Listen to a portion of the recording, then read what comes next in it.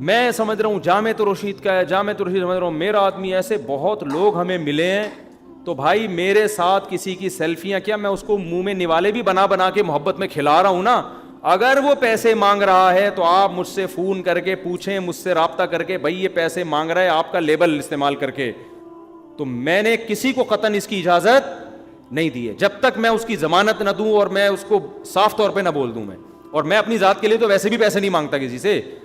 اچھا وہ میں گاڑی والا واقعہ بتا رہا تھا, لینڈ کروزر آ رہی ہے, پتہ چلا جی ایک سیٹ صاحب کو الو بنایا ہوا تھا کہ مفتی صاحب کے لیے مجھے گاڑی چاہیے اور مفتی صاحب نے بیان میں جانا ہے تو آپ سے رابطہ کیا. مفتی صاحب نے میرے ذریعے, اگلا بولے گا یار اب مفتی صاحب بیان میں جا رہے ہیں, میری لینڈ کروزر مانگی ہے تو دے دو بھائی بیچاروں کو یار.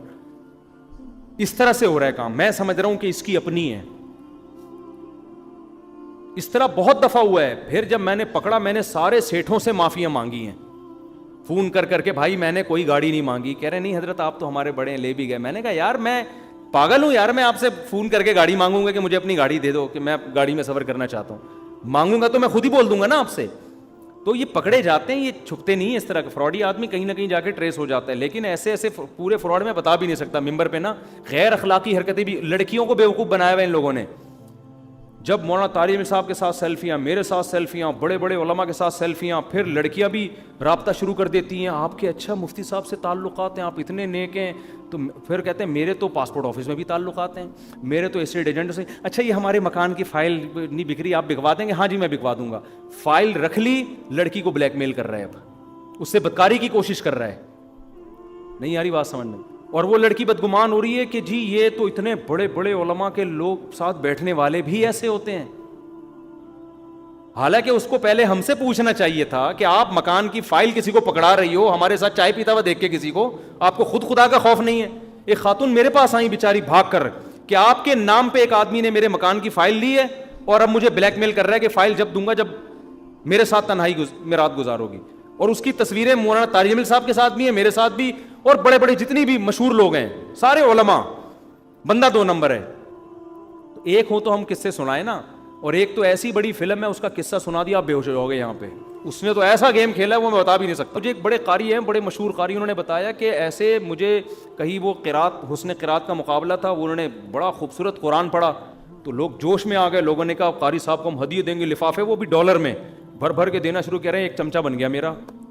ارے قاری صاحب, ارے بھائی لائیے لائیے جس نے بھی دینا ہے. کہہ رہے میں چپ بیٹھا ہوا ہوں کہ یہ ہے کون, بول بھی نہیں سکتے.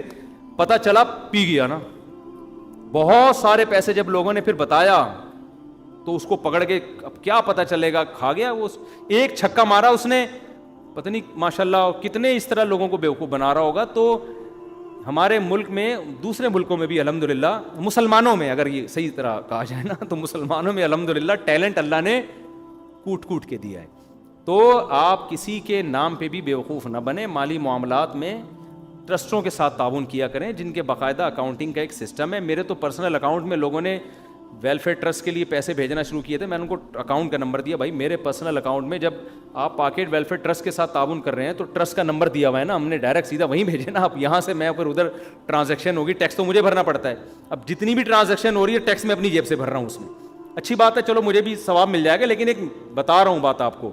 تو میرے پرسنل اکاؤنٹ میں اگر کسی نے بھیجنا ہے تو پھر وہی رقم بھیجے جو آپ مجھ پر اعتماد کر کے بھیجنا چاہ رہے ہیں.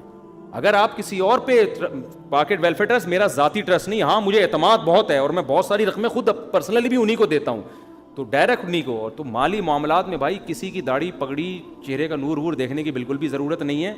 اس میں آپ کو جب تک اس کے ساتھ رہیں مالی معاملات میں پورا اعتماد نہیں ہوتا, آپ اور اسسٹنٹ کے چکروں میں بالکل نہ پھنسیں جب تک اناؤنسمنٹ نہیں. ابھی میں نے کل کسی طالب علم کو آڈیو بھیجی کہ ماشاء اللہ آپ نے بڑا اچھا کام کیا, آپ تو میرے اسسٹنٹ بن کے آپ نے کام کیا. ایک دم میں نے پھر وہ ویڈیو ڈیلیٹ کر دی. میں نے کہا ایسا نہ ہو کل اس کا میٹر شارٹ ہو جائے اور یہ دنیا کو بتایا مفتی صاحب نے مجھے اپنا اسسٹنٹ بولا ہے, اور پتہ نہیں ہزاروں لوگوں کو نا وہ اسسٹنٹ بنے پہ الو نہ بنا. میں نے وہ فوراً ڈیلیٹ کی. میں نے کہا آپ نے بہت اچھا کام کیا, بس اتنا.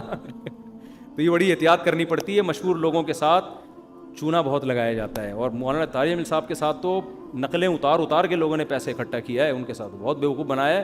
اور یہ جو قریب قریب گھوم رہے ہوتے ہیں نا, وہ زیادہ الو بنا رہے ہوتے ہیں. اس لیے اب میں نے اس کا بھی التزام کیا کہ اپنے قریب قریب میں اس طرح کے لوگوں کو چھوڑو نہیں. میرے جو ایڈمن ہے وہ تو ایک نمبر کے خاندانی لوگ ہیں, یہ جو بیچارے کیمرہ مین اور اس طرح کے, یہ تو ایک نمبر خاندانی لوگ ہیں, پرانے لوگ ہیں اپنے, ہم جب مشہور نہیں تھے اس وقت سے ہمارے ساتھ ہیں.